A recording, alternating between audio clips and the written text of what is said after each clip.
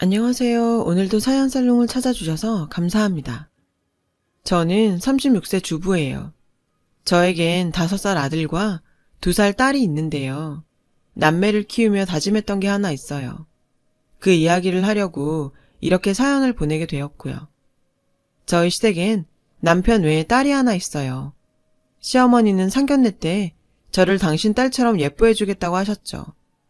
전 친정엄마가 일찍 돌아가셔서 엄마 정을 못 받고 자랐거든요. 그래서 시어머님의 그 말씀이 그렇게 고마울 수가 없었죠. 저희 아빠도 이런 집이라면 마음 놓고 딸을 시집 보낼 수 있겠다시며 사위를 아들처럼 생각하겠다고 하셨고요. 그때까지는 저는 남편도 남편이지만 시어머님을 잘 만나서 정말 다행이라고 생각하고 있었어요. 하지만 저의 이런 생각은 신혼여행을 다녀온 뒤 완전 바뀌게 되었죠.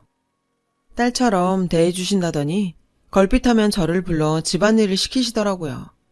당시만 해도 직장에 다니고 있던 저는 주 5일 내내 퇴근 후 시댁에 불려가곤 했어요.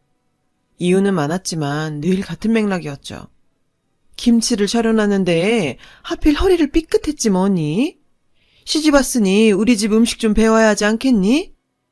퇴근하고 헐레벌떡 달려가 보면 허리 아프시다는 분이 그렇게 쌩쌩할 수가 없어요. 그뿐인가요? 시댁 음식을 가르쳐 주신 데서 가보면 주방일을 저한테 떠넘기기 일쑤였죠. 그냥 일 부려먹으려는 핑계였던 거예요. 그래도 며느리 입장에서 별 수 있나요? 하라면 하는 수밖에요. 뒤늦게서야 저의 이런 순종적인 태도가 제 발목을 잡았다는 걸 알게 됐네요. 한 달 정도 그렇게 시댁에 불려다니며 살다 보니 저도 사람인지라 이건 좀 너무하다는 생각이 들더라고요.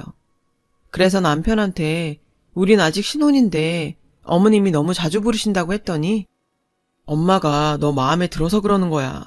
아버지가 그러시는데 엄마가 온종일 너 생각만 하면서 뭘 더 가르쳐주면 좋을까 고민하신다더라고. 글쎄, 이런 속없는 소리를 하지 뭐예요. 남편은 좋은 쪽으로 얘기한 거겠지만 제 귀엔 쟤를 어떻게 더 부려먹을까 하는 말로 들렸죠. 딸처럼 예뻐해 주신다더니 품삯 없는 종년으로 부릴 생각이었던 거예요. 그도 그럴 것이 시누이는 정말 손 하나 까딱 안 하고 살거든요. 그런데도 누구 하나 뭐라고 하는 사람도 없어요. 오히려 어머님이 시누이 설거지며 방 청소까지 해주실 정도니까요. 그러던 어느 날 시누이가 결혼할 상대라며 집에 남자를 데려왔지 뭐예요. 당연히 그날도 어머님은 절 호출하셨고 저는 퇴근하기가 무섭게 시댁으로 달려갔어요. 사위는 백년 손님이라는데 뭘 하면 좋을까? 씨암탉이라도 잡아야 하나? 시어머니는 평소답지 않게 부산을 떨며 오왕자왕 하시더라고요. 어머니, 요즘 누가 사위 한다고 씨암탉을 잡아요. 그냥 평소 하시던 대로 편하게 하세요. 제 딴엔 걱정 마시란 얘기였는데 글쎄. 아니, 넌 어쩜 말을 그렇게 하니? 네가 나서서 챙겨도 모자랄 판에? 저는 이게 혼날 일인가 싶었지만 일단 죄송하다고 사과를 드렸어요. 그런데 그 다음이 더 기가 막혔죠. 얘, 생선 좀 예쁘게 발라서 박서방 앞접시에 놔줘라. 순간 저는 제 귀를 의심했어요. 어머니, 제 신랑도 아닌데 제가 생선을 왜 발라줘요? 그건 아가씨도 싫어할 거예요. 그러자 시어머니는 정색을 하시더군요. 귀한 손님이니 잘 좀 대접하자는데 뭔 말이 그렇게 많니?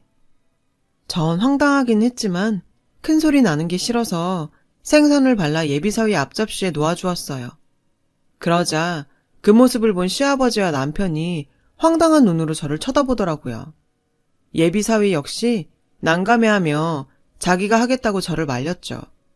그때 마침 어머님이 자리로 오셨어요. 아유, 그냥 얘 보고 발라달라고 해요. 우리 집에 온 귀한 손님인데 그 정도 대접은 받아야지. 그러니 사양 말고 차린 건 없지만 많이 들어요.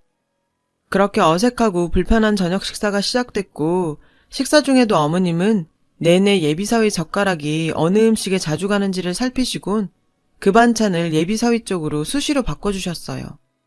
보는 사람이나 대접을 받는 사람이나 모두 불편하기 짝이 없는 자리였지만 시어머니만큼은 아니었죠. 꿀이 떨어지는 눈빛으로 예비사위를 챙기시며 신이 나셨으니까요. 그렇게 예비사위는 극진한 대접을 받고 돌아갔고 저는 산처럼 쌓인 설거지를 해치우느라 허리가 휠지경이었죠. 그때 거실에서 시어머니 목소리가 들렸어요. 사람이 아주 인물도 좋고 성격도 좋고 엄마는 너무 마음에 든다. 저는 그 말을 듣고 콧방귀를 뀌었어요. 어머님이 좋아하시는 건 그 사람 됨됨이가 아니라는 걸 전 알고 있었거든요. 조금 전 인사 온 예비사위는 업계에서 잘 나가는 회계사였거든요. 인사 올 때도 꽃다발과 명품 스카프를 선물로 들고 왔어요. 솔직히 어머님은 예비사위에 재력이 좋으셨던 거예요. 집에 돌아온 저는 남편한테 오늘 식사 자리에서 보고 느낀 걸 얘기했어요. 그러자 남편이 정색을 하더군요. 뭘 또 그렇게까지 꼬아서 생각하냐? 예비사위가 마음에 들어 그런 거지. 미영이 시집 못 가면 어쩌나 걱정했는데 괜찮은 사람을 데리고 오니까 그게 기뻐서 그러시는 거 아니겠냐고. 남의 편이라서 남편이라더니 그 말이 딱 맞더라고요. 아무리 사윗감이 생겨서 좋아도 그렇지 그런다고 며느리한테 예비사위 생선까지 발라주게 해요. 그렇게 좋으면 어머님이 직접 하시든가 아니면 시누이를 시켰어야죠. 저는 더는 이렇게 살 수 없다 생각했어요. 남편이 협조하지 않으니 스스로 대책을 마련하기로 했죠.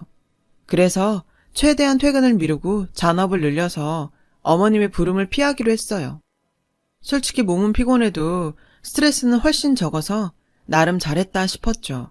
그런데 너 요즘 퇴근이 너무 늦는 거 아니니? 돈 버는 것도 중요하다지만 여자가 너무 밖으로 돌면 못 쓴다. 곧 있으면 내 시누이 결혼하는데 준비도 해야 하지 않겠니? 아니, 내가 결혼하는 것도 아닌데 도대체 뭘 준비를 하라는 건지 생각할수록 황당하더라고요. 그리고 다음날 시댁에 가보니 웬 노트를 제게 건네시며 보라고 하시더라고요. 어머니, 이게 뭐예요? 뭐긴, 내가 대충 정리한 혼수 목록이다. 나는 늙어서 뭐가 좋은지 모르지 않니? 넌 시집 온 지 얼마 안 됐으니 잘 알 거 아니냐. 그러니 한번 봐라. 혼수엔 냉장고, TV, 소파, 침대 등 혼수 목록이 빼곡하게 적혀 있었어요. 설마 이 많은 걸 다 하시는 건 아니죠? 딱 봐도 견적이 어마어마했어요. 그런데 그 순간 쌍한 기분이 들더라고요. 전 설마 하는 마음으로 비용 문제에 대해 여쭈어 보았어요. 그랬더니 얘는 그 돈을 왜 내가 내니? 그중에 네가 할 수 있는 건 네가 하고 미영이가 할 수 있는 건 미영이 보고 하래서 서로 나눠서 해야지. 전 기가 막혀서 본심이 나와버렸어요. 네? 제가 그걸 왜 해요? 그러자 시어머니는 황당하다는 듯 저를 쳐다보셨어요. 넌 올케라는 애가 시누이 시집 가는데 아무것도 안 하려고 했니? 오히려 저를 쏘아붙이시더라고요. 저는 이대로는 안 되겠다 싶어서 솔직히 말씀드렸어요. 어머니, 저희 결혼하느라 가진 건 은행 대출금이랑 카드빚밖에 없어요. 성의 표시 정도야 하겠지만 솔직히 저희 형편에 이런 목록들은 무리예요. 제 말에 시어머니는 인상을 팍 쓰시더니 제 손에 들려있던 노트를 신경질적으로 뺏어가셨어요. 그런데도 저는 딱히 뭐라 할 말이 없었죠. 그 일이 있고부터 시어머니는 저에게 서운해서인지 연락을 뚝 끊으셨고 저는 조금은 신경 쓰였지만 일부러 야근하지 않아도 호출당할 일이 없으니 솔직히 편하다 생각했어요. 이렇게 지내는 것도 나쁘지 않다고 생각할 정도로요. 그런데 어느 날 남편의 급여통장 지출 내역을 확인하다 눈에 띄게 많이 나온 카드값에 불길한 예감이 들었어요. 자기야, 이번 달 카드값이 왜 이렇게 많이 나왔어? 그러자 남편이 눈치를 보며 말하더군요. 아, 그게 내가 미영이 결혼 선물로 냉장고랑 TV 사줬어. 아, 정말. 아니, 왜 그걸 자기 멋대로 정해요? 적어도 저하고 상의 정도는 했어야죠. 저는 화가 머리 끝까지 나서 말도 제대로 안 나왔어요. 그런 제 모습에 남편은 서둘러 변명을 늘어놓기 시작했죠. 무이자 24개월 긁었어. 하나뿐인 여동생인데 오빠가 그 정도는 할 수 있잖아. 내가 알아서 할부금 낼 테니까 자긴 걱정 안 해도 돼. 아니, 어떻게 걱정을 안 해요. 가계부에 구멍이 나게 생겼는데. 팔은 안으로 굽는다고? 이럴 때 보면 남편도 시어머니랑 하나도 다를 게 없다니까요. 저는 시어머니께 더 화가 났어요. 저희 상황 다 말씀드렸는데 어떻게 저 모르게 뒤에서 이럴 수 있냐고요. 그렇다고 며느리가 시어머니한테 돈 문제로 따지기도 그렇고 시누이 혼수 카드값을 무려 2년이나 부담해야 한다는 사실도 짜증이 났어요. 얼마 뒤 시어머니한테 전화가 왔더군요. 자신이 원하는 걸 얻어서 그런지 한층 밝은 목소리였죠. 예, 요즘 내가 신경을 통 못 써줘서 미안하구나. 그래서 오늘은 너 좋아하는 닭볶음탕 하려는데 몇 시에 퇴근하니? 저는 괜찮다고 거절하고 싶은 마음이 굴뚝 같았지만 계속 꽁에 있을 수도 없어서 퇴근하고 바로 가겠다고 했어요. 시누이 선물 사건도 있고 시댁에 남편 혼자 보내는 게 불안했거든요. 그렇게 오랜만에 시댁에 가보니 시누이는 결혼 준비로 신이 났더라고요. 그 모습을 보니 또 남편의 카드값이 떠올라 속에서 우라통이 터졌죠. 형편이 좋았다면 당연히 기분 좋게 사줄 수 있겠지만 저희가 그럴 형편이 못 되거든요. 그런데 능력도 안 되면서 무리하게 혼수를 해가려는 시누이의 허영은 이게 끝이 아니었어요. 글쎄, 결혼 전에 100만 원이 넘는 웨딩케어를 받아야 한다며 난리지 뭐예요. 거기다 신혼여행 갈 때 샤넬백 정도는 들고 가야 기가 죽지 않는다나 뭐라나 말도 안 되는 소리를 하더라고요. 철딱선이 없는 시누이 말에 전 정말 기가 차서 표정 관리가 안 되더라고요. 근데 하필 이런 제 모습을 시어머니가 보셔서 사태는 더욱 심각한 상황에 빠지고 말았죠. 예, 넌 표정이 왜 그 모양이니? 너 기분 풀어주려고 우리 식구들은 좋아하지도 않은 닭볶음탕까지 만들어 바쳤는데 꼭 그딴 표정으로 시애미한테 시위를 해야겠어? 결국 저는 불같이 역정을 내시는 시어머니한테 잘못했다고 사과를 해야 했어요. 그런데 문제는 그렇게 시작된 어머니의 화가 쉽게 누그러지지 않았다는 거예요. 그리고 급기야 아무리 엄마 없이 컸어도 그렇지 니네 아버지는 그런 예절도 안 가르치고 뭐 했다니? 시어머니는 결국 선을 넘으셨고 저는 그 소리를 듣고 가만히 있을 수는 없었어요. 어머니, 말씀이 좀 지나치시네요. 제가 죄송하다고 말씀드렸는데 꼭 이렇게까지 돈 없는 말씀을 하셔야 해요? 저도 지금 참고 있는 거예요. 그러자 시어머니는 목청을 높이셨죠. 어디 어른이 말씀하시는데 또박또박 말대꾸야? 내가 언제까지 너 하는 꼴을 봐줘야 돼? 내가 말을 안 해서 그렇지? 내 아들 사위로 달라는 데가 한두 집이었는지 아니? 주제도 모르고. 그 순간 저는 더 이상은 좋게 끝낼 수 없겠다는 생각이 들었어요. 그래서 이참에 할 말은 해야겠다 하는데 글쎄 제 의지와는 상관없이 눈물이 흐르지 뭐예요. 목이 메어서 말을 제대로 잇지 못하겠더라고요. 그때 기가 막히게 저희 남편과 전에 예비사위가 집으로 들어왔고 남편은 눈물 범벅인 절 보고 의아한 표정이었죠. 더 기가 막힌 건 그 다음이었어요. 우리 며느리가 회사에서 힘든 일이 있었다나 봐요. 예, 그만 눈물 그쳐라. 누가 보면 내가 너 울린 줄 알겠다. 박서방이 이해 좀 해줘요. 우리 며느리가 이렇게 눈물이 많다오. 미영이한테 들었는데 박서방이 닭볶음탕을 그렇게 좋아한다면서요. 마침 우리 며느리도 닭볶음탕을 좋아해서 내가 같이 먹자고 불렀어요. 기가 막혀. 날 울린 게 누군데? 게다가 저 먹으라고 했다던 닭볶음탕도 사실은 사위 먹이라고 한 거면서 나한테 갖은 생생을 다 내고 정말 소름이 끼쳐서 더는 이 집에 있고 싶지 않았어요. 그래서 그 길로 가방을 들고 나와버렸죠. 그런데 당연히 따라 넣을 줄 알았던 남편이 오지 않는 거예요. 가재는 개편이다 이거죠. 결국 저는 택시를 잡아 타고 친정으로 갔어요. 나중에 남편이 전화를 걸어서 어디에 있냐고 묻길래 그날 있었던 일을 죄다 얘기했어요. 그리곤 당신이랑 더는 못 살겠으니 이혼하자고 했어요. 남편은 헤어질 때 헤어지더라도 얼굴 보고 얘기 좀 하자길래 친정 근처 카페에서 남편을 기다렸죠. 남편은 절 보자마자 대놓고 시어머니 변호를 하기 바쁘더라고요. 엄마한테 얘기 들었는데 엄마도 순간 화가 나서 말실수하신 거래. 내가 대신 사과할 테니까 마음 풀어. 엄마가 미영이 결혼 앞두고 마음이 좀 그러신가 봐. 자기가 이해 좀 해주라. 저는 자기 엄마를 두둔하는 남편의 말에 어이가 없었어요. 그래? 당신도 기억하지?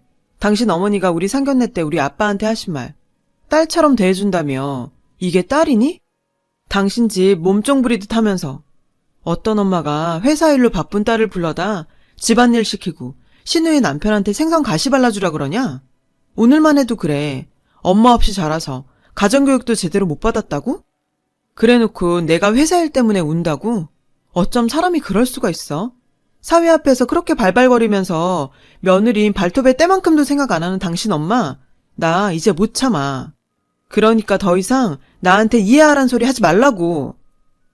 제가 악에 받쳐서 소리를 질러대자 남편은 주변을 살피기 시작했어요. 그리곤 마음에도 없는 위로를 하더군요. 그래, 알았어. 자기 마음 다 이해해. 내가 앞으론 자기 보고 우리 집에 가자고 안 할게. 엄마한테도 자기한테 말 조심해달라고 얘기할 거고. 그러니까 기분 풀어, 응? 게다가 자기가 이렇게 친정에 있으면 나도 나지만 장인어른이 얼마나 속상하시겠어. 안 그래? 그러니까 마음 풀고 집으로 가자, 응? 남편은 서둘러 상황을 정리하려 했어요. 진심이라곤 전혀 느낄 수 없을 정도로 입에 발린 소리란 걸 알고 있었죠. 하지만 남편 말대로 이대로 친정에 있게 되면 아빠가 속상해 하실 것 같아서 할 수 없이 남편을 따라 나섰죠. 그날 밤 진정이 되지 않는 속을 끙끙 앓으며 긴 밤을 혼술로 보냈어요. 그날 이후 저와 남편은 신혼임에도 불구하고 대면대면하게 지내게 되었고 시댁에선 더 이상 연락이 없었어요. 나중에 남편한테 들어보니 이제부터 모든 할 말은 자기를 통해서 하고 저에겐 아주 급한 일이 아니면 연락하지 말라고 신신당부를 했다더군요. 남편의 말에 별로 믿음은 안 가지만요. 다행히 시간이 흐를수록 남편과는 조금씩 관계를 회복했고 전처럼 지내게 되었어요. 문제는 신우의 결혼 날짜가 가까워지고 있다는 거였죠. 그런데 결혼식을 일주일 앞둔 상황에도 시댁에선 저와 남편에게 별다른 얘기가 없었고 은근 신경이 쓰이기 시작했어요. 그래서 저보다 결혼을 빨리 한 회사 동료한테 고민 상담을 했죠. 동료는 나중에 뒤탈이 없으려면 마음에 없어도 전화나 문자 한번 해보라고 하더라고요. 저도 그게 도리인 것 같아 그러기로 했죠. 그래서 큰맘 먹고 시어머니께 전화를 걸었어요. 아가씨 결혼식도 다가오고 지난번 일도 있고 해서 전화 한번 드렸어요. 처음엔 대면 하던 시어머니는 통화가 길어지자 예전 모습 그대로 돌아오셨고 결국 모든 건 제 탓으로 돌리셨죠. 괜히 전화했다는 생각만 머릿속에 맴돌더라고요. 아무튼 내가 이번 일은 집안에 좋은 일 앞두고 있으니까 그냥 넘어간다만 다음엔 얄짤없어. 알겠니? 시어머니는 혼자 정리를 하시곤 전화를 끊으셨어요.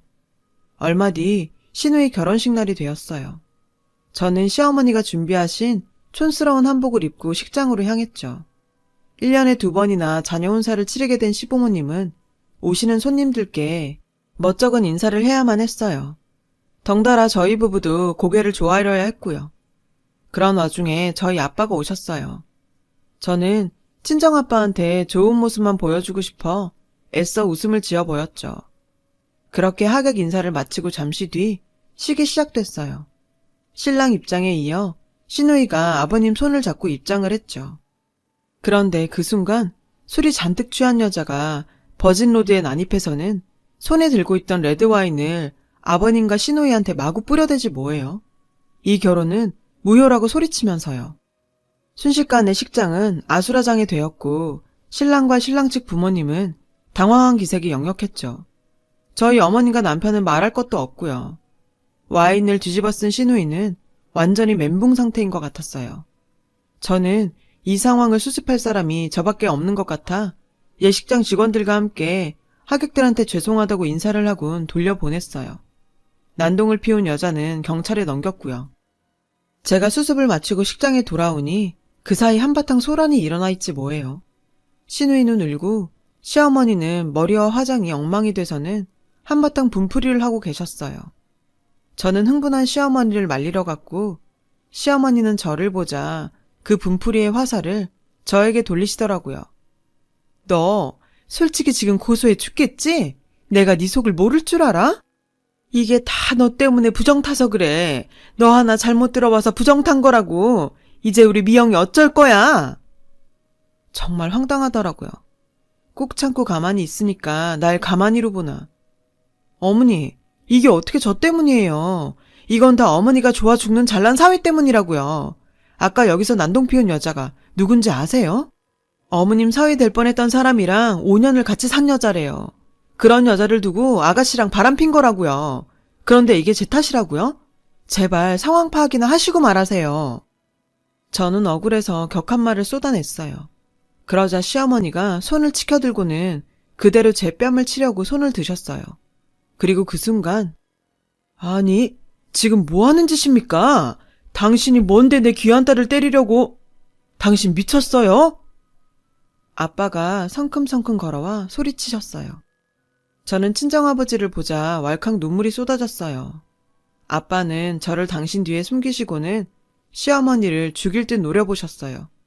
그제야 정신이 든 시어머니는 어쩔 줄 몰라 하며 사과하셨어요. 하지만 화가 가라앉지 않는 아빠는 역정을 내셨죠. 딸처럼 예뻐해준다더니 내 딸한테 여태 이런 몹쓸 짓을 한 겁니까? 내가 당신 아들한테 똑같이 해볼까요? 시아버지는 자기가 대신 사과할 테니 이번 한 번만 이해해달라고 무릎을 꿇으셨어요. 그리고 시어머니를 꿇어 앉히셨죠. 아빠는 그런 시부모님을 노려보다가 제 손을 끌고 식장을 나가셨어요. 저는 그 길로 친정아버지의 손에 끌려 친정으로 가게 되었어요. 남편은 그날 저녁 친정으로 왔어요. 정말 잘못했다며 빌었지만 아빠는 이런 남편의 행동에도 불구하고 외면한 채 고개를 돌리셨습니다. 남편은 필사적으로 매달렸어요. 그렇게 몇 시간을 손이 발이 되도록 빌고 나서야 아빠는 용서해 주셨죠. 그 덕에 저는 다시 저희 집으로 돌아왔어요. 그날 이후 시댁과는 완전히 연락을 끊고 살고 있어요. 6년이 지난 지금도 가끔 손주들만 보여드릴 뿐 저는 시댁엔 왕래를 하지 않죠. 명절에도 저는 친정에, 남편은 시댁에 각자 가고 있고요. 언젠가는 아이들 때문에라도 조금씩 경계를 풀게 될지도 모르겠지만 아직은 지금처럼 지내려고요.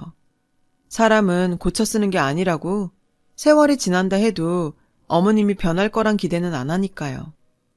그래도 이런 시어머니를 만나 한 가지 깨달은 게 있어요. 나중에 내 아들이 며느리감을 데려오면 딸처럼 예뻐하겠다는 생각 대신 손님처럼 귀하게 대접해야겠다는 마음을 가져야겠다고 말이죠. 그게 고부간의 예의라고 생각하니까요. 지금까지 제 사연 들어주셔서 감사드리고요. 여러분의 가정에 행복이 가득하시길 바랄게요. 여러분, 사연 댓글에 응원과 현명한 조언 부탁드려요. 좋아요와 구독은 저에게 큰 힘이 됩니다. 오늘도 좋은 일 가득하세요.